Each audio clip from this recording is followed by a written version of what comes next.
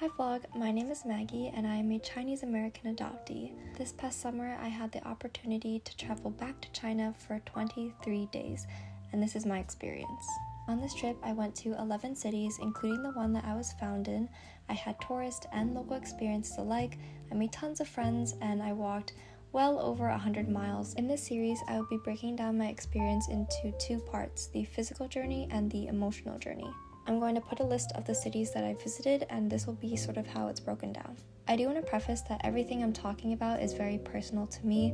My identity has been shaped through my life experiences, and of course we all live different lives. If you're an adoptee watching this, or if you have a friend or a child who's adopted, don't assume that they're going to interact the same way with their birth country as I did. So this being part one, I'm going to quickly talk about the program I was traveling with and a little bit of information about them, and then we'll go right into the photos and story times. I'm just going to scoot over so that I have room to put some photos up here. And just for reference, I was born in 2002 in GuangXi province, and I was adopted in 2003, and then we adopted my sister in 2009 when she was just shy of 4 years old, so that makes us 2 years apart. We traveled to China with the TIES program, and they actually have a lot of countries that they bring adoptees back to. I'm not sure of the whole list, but it's probably up on the screen now.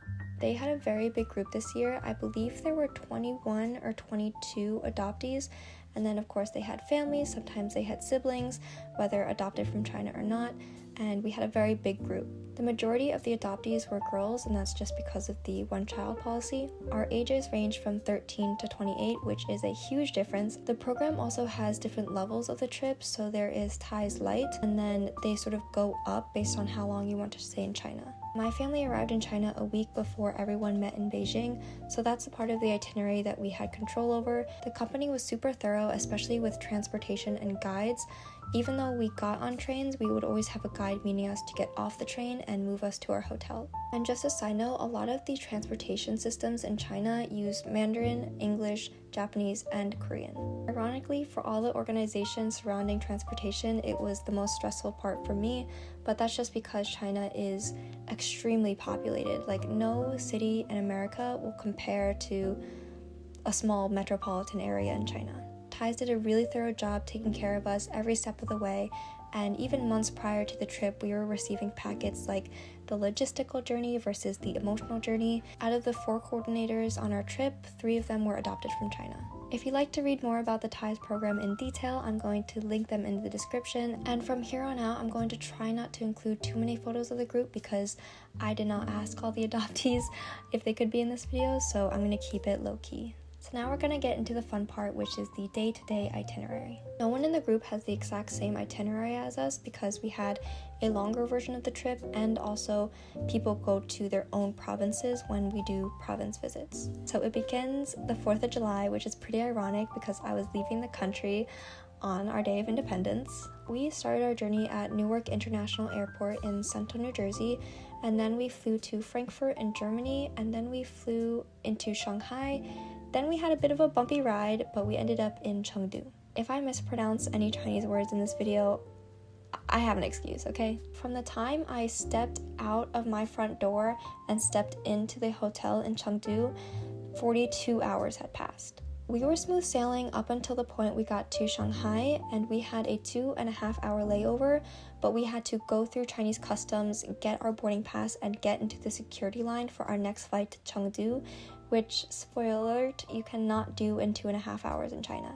The security going through public transportation and flights in China is a lot different. They're very thorough. When it came to taking trains, we would always go through x-rays even to get onto the platform, and there was just no way we were going to get from one flight to another in 2.5 hours. When you fly domestically in the United States, they kind of just put you on the next flight going out, but it was not like that in China. You had to book a completely new flight.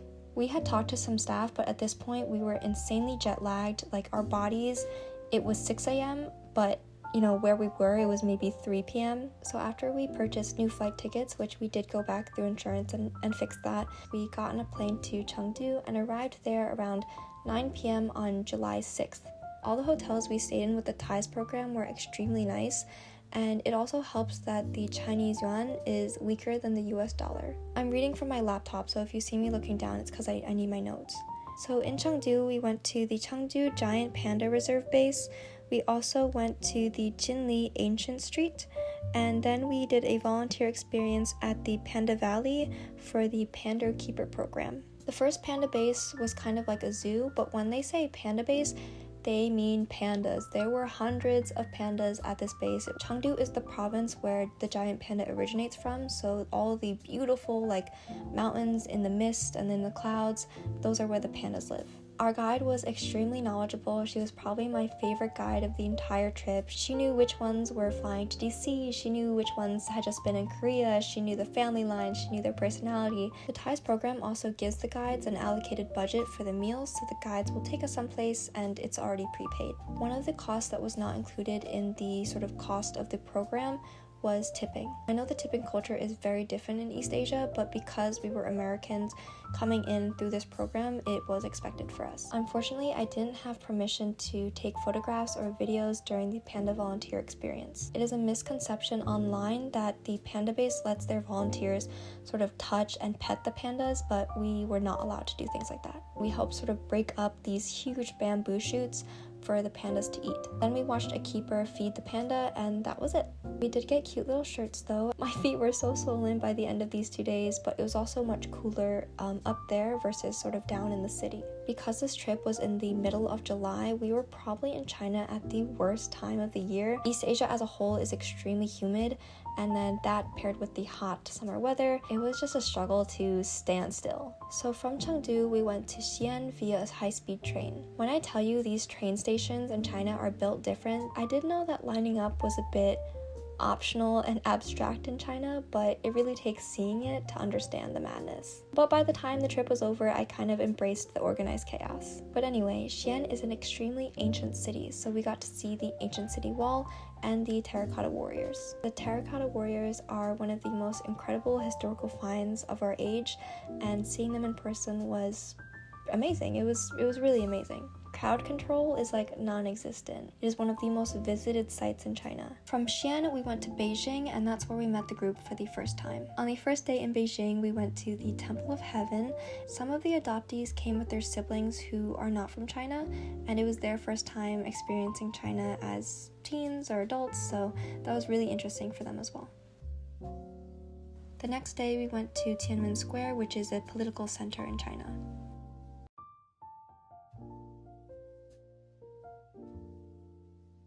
And we also visited the Forbidden City. I can't tell you how many times we would go through a gate said loosely, it's like a whole building, and I think we're at the center, and we're not.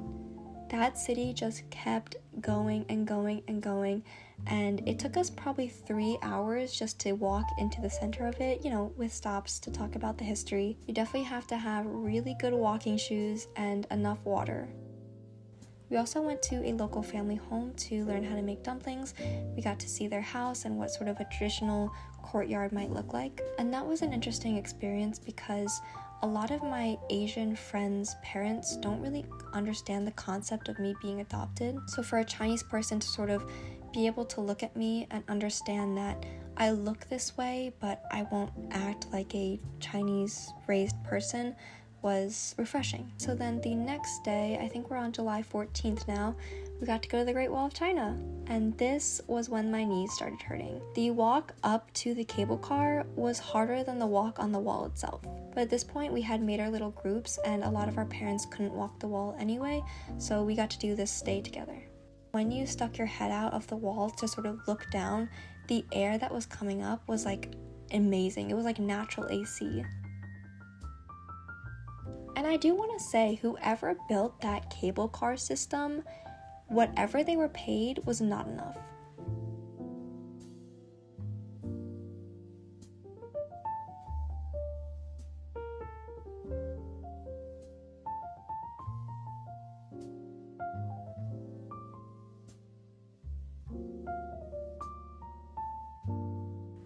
On our last day in Beijing, we briefly went to the Beijing Zoo, but there were a ton of people huddled around this one glass enclosure, and if you were not like 6 feet tall, you did not see anything. So that made me very thankful that we went to Chengdu and sort of had a quieter experience there. Okay, I'm realizing quiet might not be the best word. There were still many people, but there were many pandas, so like you could spread out between different enclosures. So on the same day, we went on a train from Beijing to Changsha because it was time to start our province visits. We were in Changsha the night of the 15th, and we did spend the morning and lunchtime in Changsha, but then we got on a high-speed train and went to Qiyang. On the morning of the 17th, we woke up in Qiyang and went to Marin's orphanage. Every adoptee had drastically different orphanage expectations, experiences, and outcomes. Some of the adoptees were greeted with huge crowds and flowers and presents.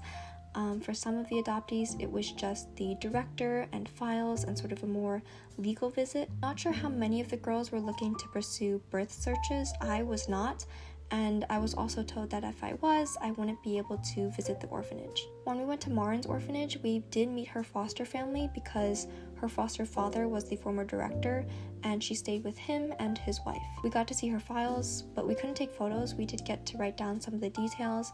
We spoke with some staff members, and we had lunch and dinner with them. They were very kind and really wanted to spend as much time that they could with us. It was a very intense experience because Marin was so much older when she left China. She was 4 months shy of being 4 years old, so they had her for a few years. I did come out of that thinking I was thankful that I didn't have such an intimate experience, because if I were to still have ties in China, I would feel it would really change my life. But I'm not going to go too much into the emotional journey because that will be the next video. One of the families we got along with really well, their 2 daughters were from the same 2 provinces as my sister and I. The older sister's partner, who is not an adoptee, actually lived in China for 4 years, so they were able to speak Mandarin, and it was so much fun sort of getting to experience nightlife, without our parents, and them being able to order, and it was just like seeing the real China outside of the touristy experiences. So the next day we took a train to Nanning, and Nanning was just a stepping stone to get to Guiping City. Guiping City is where I was found. We first went to the old orphanage, which they stopped using in 2005, so it was completely like unused. It was like down this alley, and then we went to the new orphanage where the current director was. The current director did work with the orphanage at the time that I was there, but I don't think she remembered me. The orphanage system is entirely different in China nowadays. Back then they had 100 baby girls, and now they have maybe 50 kids, and they're all special needs. I got to see my file, and I talked to the director about, my life in America, what I've been up to, and I showed her photos. It was very low-key compared to my sister's experience. It was just me, my family, the director, and our guide, who was a translator. She actually gave me a little wall decoration. Let me see if I can show you it. There we go. Most of the questions I asked were not about me, but rather the kids that are in the orphanage now. Can they go to school? Do they have a chance of being adopted? What happens to them when they turn 18? They're not thrown out on the street. She did say that out of the 50, roughly 10 of them can go to school, and then the other 40, once they turn 18, they will probably be transferred to the senior care living center. So the system and how the orphanage runs is entirely different. They don't have the need for, all these nurses for all these babies because the one-child policy ended. And another thing that happened right after the trip, China announced that it had ended its international adoption program. After we visited the old orphanage and the current orphanage, we went to my finding place. My finding place is the #1 market in Guiping City, and we got to walk around inside the market. I was a little uncomfortable, but again, next video. I remember asking the director and the guide, what are the chances I came from a different province? And by looking at my face, they could tell that, you look like the people who live in this area, you look Han Chinese, so chances are your biological mother was probably a local. After we wrapped up in Guiping City, we went to Guilin, and that was the province where we were going to meet up with the group again and sort of share our afterthoughts from going to our province visits. And I also want to add that every morning we were probably meeting our guides at 7 a.m. and getting back to the hotel at maybe 5 p.m., having spent the whole day outside. So our first full day in Guilin, we went to the Reed Flue Cave and the Elephant Trunk Hill. The Reed Flue Cave was really nice. It was underground, so it was a lot cooler, and by now we had really become close with each other. The Elephant Trunk Hill is a natural forming rock that sort of looks like an elephant dipping its trunk into the water, and if you get the right angle, you can see 2 elephants. Throughout this entire experience and almost every day, our parents were being stopped either for photos or by students so they could practice their English. It was something we kind of just had to get used to, and there were definitely elements of embarrassment and culture shock that, went along with that. The next day, we went on a Lee River cruise for 4 hours, and when I tell you, these are the hardest chairs I have ever sat in. They were the hardest chairs I've ever sat in. The views of the mountains were amazing, but we were all understandably exhausted, so we kind of just slept in these hard wooden chairs for 4 hours and then got up every once in a while when they were like, look, go look at that one. So the next day, the entire group went from Guilin to Yangzhou just for one night. We took a cooking class and went bike riding. I did not bike ride, but it was a lot of fun, and we got to take home the recipes and eat all of our goodies. After the cooking class, we were bussed back to Guilin, where we had our farewell dinner. Almost everyone gave speeches, and there were tears and goodbyes, and it was one of the most beautiful and sad experiences of the trip. Except that wasn't the last night for our family, because we had an extended version of the trip. From Guilin, we went to Guangzhou. We were able to bypass the firewall because we were so close to Hong Kong, so this was the first time I was getting back on Facebook, Instagram, Google, literally everything that is banned in China. We stayed at the White Swan Hotel, which is a very famous hotel. These are some of the people who have stayed there. It has changed a lot, but we did get to see the famous red couch. Back at the time of the one-child policy and sort of this incredible influx of international adoptions, a lot of families had to go through Guangzhou to complete the adoption process, so a lot of families ended up staying at the White Swan Hotel. So many adoptees from China have a picture on this couch, with their adoption group or by themselves. So seeing this couch, still exists today, and it had its own little plaque, was more personal than probably anything I had been to. We did have one full day in Guangzhou, but our checkout was at 2 p.m. and then our flight was at 1 a.m. So we kind of just walked around the city, tried not to get too sweaty, and then sat in the lobby until we went to the airport. Now, I didn't exactly fly home because my family had travel plans after that. I will probably get into that in another video. You can check out the emotional journey. The sun is literally setting. I'm gonna wrap up this video, and thank you so much for watching. Bye-bye.